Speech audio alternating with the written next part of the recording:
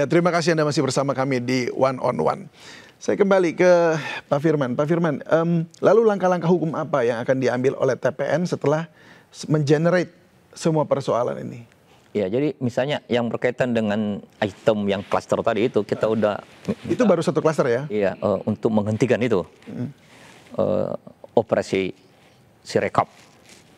Dan yang kedua, kepada Bawaslu untuk melakukan investigasi menyeluruh.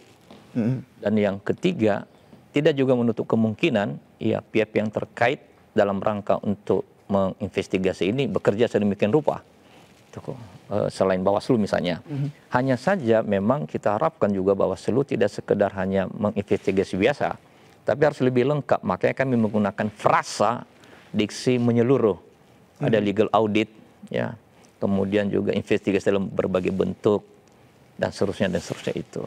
Dan tentu ini menjadi bagian nanti yang menjadi bahan kita ketika ada proses tahapan berikut. Kan ini belum selesai. Belum, sampai ya. Kita juga menunggu kepada hasil di bawah ya, berbasis pada TPS itu tadi. Nah, itu satu item, satu klaster lah misalnya. Klaster lainnya apa? Misalnya klaster lainnya adalah soal pencoblosan.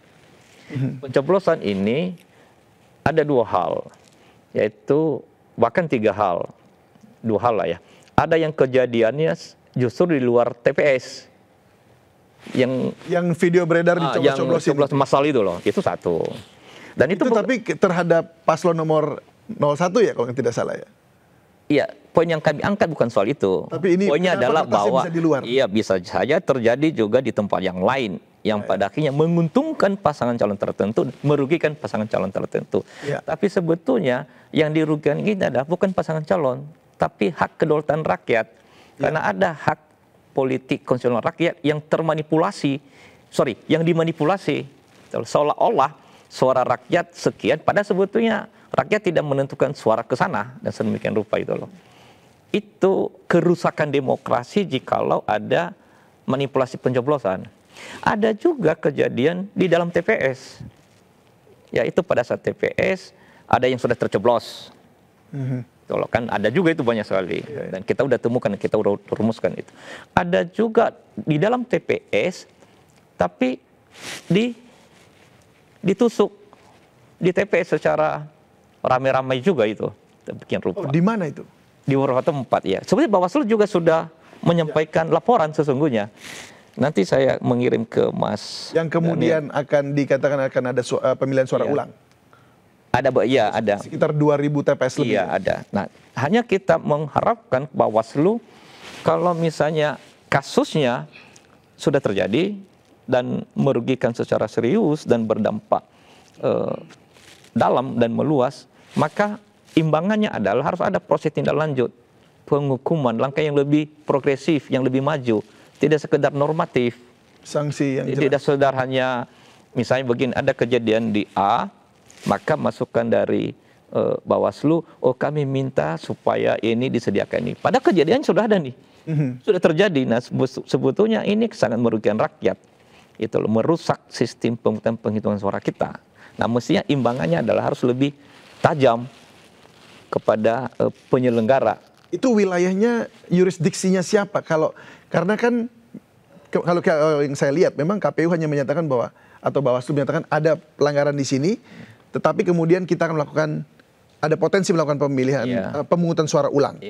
Tapi kemudian pelakunya ini tidak dicari atau tidak diumumkan siapa begitu kan? Harus tetap. Jadi ini ada dua hal di situ. Ada dua hal. Pertama, substansi pelanggaran itu harus diulangi. Harus pemungutan suaranya. Ya, kalau misalnya ada pencoblosan masal tadi, baik sebelum maupun pada saat di TPS, maka tentu harus ada pemungutan suara ulang gitu loh. Itu substansi ya. Tapi bagi yang melakukan itu tentu harus diproses. Misalnya ada sampai pada tingkat pelanggaran hukum. Itu kan ada Gakumdu. Kita harapkan juga Gakumdu ini netral atau tidak berpihak. Karena kita juga harus hati-hati menggunakan kata netral. Netral itu bukan kanan, bukan kiri, bukan tengah.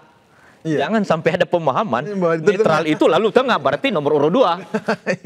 Lebih bagus kita menggunakan istilah tidak berpihak. Nanti jelas itu.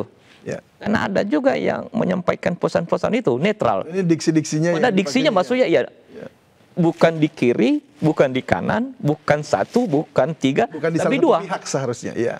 Tanpa menyebut kata dua, tapi tangkapan orang. Jadi menurut saya Gakumdu juga ya harus bergerak sedemikian rupa. Ada juga pelanggaran etik, ada juga kategori pelanggaran administratif. Jadi ada dua ini, substansinya itu ditata, Ya. dilaksanakan ulang, tapi yang melakukan pelanggaran itu kecurangan harus diproses itu. Itu harus beriringan Harus itu. beriringan. Itu rekomendasi Bawaslu dan memang menurut ketentuan harus dilaksanakan. Itu soal item klaster ini pencoblosan. Nah, jangan lihat pencoblosannya, tapi itu wujud langsung dari penyelenggaraan kedaulatan rakyat. Karena one person, one vote, one value. Satu orang, satu suara, satu nilainya. Itu konsekuensi dari doktrin kita dalam sistem demokrasi konstitusional, yaitu kedaulatan rakyat. Makanya ada pemilihan langsung oleh rakyat. Maka menjadi relevan soal one person, one vote, one value. Jadi satu orang itu harus difasilitasi ketika dia menggunakan hak suaranya. Ya. Maka kita minta dari awal penyelenggara, termasuk juga pengawas pemilu dalam hal ini Pilpres, justru harus mendorong warga negara untuk menggunakan hak suara. Nah, mendorong itulah dengan membantu, memfasilitasi. Dan kita udah minta itu misalnya kemarin supaya berbasis KTP saja. Itu loh, yang penting di mana dia akan menggunakan pilih, apalagi kalau misalnya Mas Daniel tugas di luar kota, kalau tidak sempat balik ke Jakarta, bisa menggunakan suara di kota lain lah. Dengan berbasis pada KTP, karena di TPS itu kan ada tambahan suara sebagai cadangan itu. Surat suara. Surat suara. Ya, surat. Gitu loh. Nah, itu soal pencoblosannya. Jadi pencoblosan itu pesan moral etik yang kita hadirkan adalah bukan soal siapa menang dan kalah.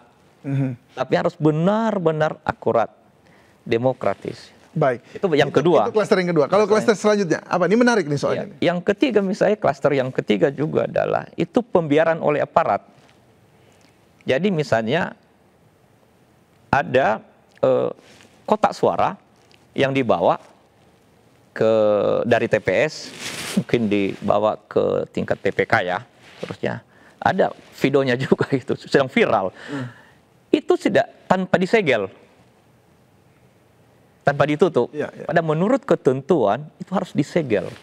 Ya, ada gemboknya itu. Ada gembok, ada tanda terima, ada berita acara. Ini tidak. Nah, sebetulnya di situ aja di item klaster itu ada dua, yaitu pertama adalah pembukaan segel itu sengaja atau tidak sengaja, tapi itu melanggar dan sangat berpotensi terjadi kecurangan di situ karena namanya tidak disegel ya.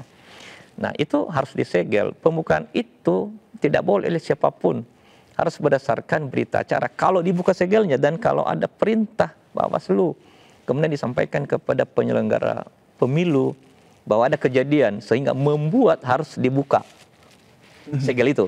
Sepanjang itu belum ada, tidak ada satu otoritas hukum pun yang bisa memerintahkan itu untuk dibuka. Termasuk kepolisian, termasuk kejaksaan, termasuk presiden sekalipun. Berapa temuannya?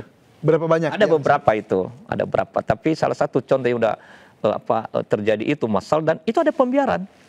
Belum lagi di tempat-tempat yang lain. Gitu loh. Itu satu.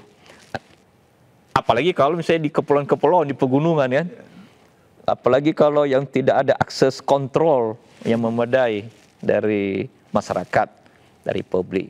Jadi tampaknya ada pembiaran. Jadi di sini ada pembiaran. Tidak ada penegakan hukumnya di situ. Iya, mestinya melihat ada pelanggaran yang terjadi. Iya. Kalau klaster berikutnya apa? Klaster berikutnya misalnya soal juga supaya lebih ini ya. Iya, nggak apa-apa. Soalnya sebelum nanti juga saya ingin bicara soal anomali di sejumlah daerah. Iya, betul. Ya, kelihatannya Jawa Tengah, Bali. Jawa Tengah, Bali yang sebenarnya itu kantong-kantong atau lumbung suara dari PDIP begitu ya. Kenapa pilpresnya hasilnya berbeda dengan pileknya juga? Ini kan kita juga ingin tahu lebih dalam. Ya, tapi inilah yang memang terjadi saat ini. Nah, ini memang perlu dicermati. Misalnya begini, penghilangan atau pengurangan hak politik konstitusional rakyat, dalam hal ini sebetulnya hak pilih ya. Jadi sebetulnya itu malah sebelum pemungutan suara. Misalnya contohnya itu ketika yang bersangkutan sebetulnya berhak memilih hanya karena misalnya terlambat datang.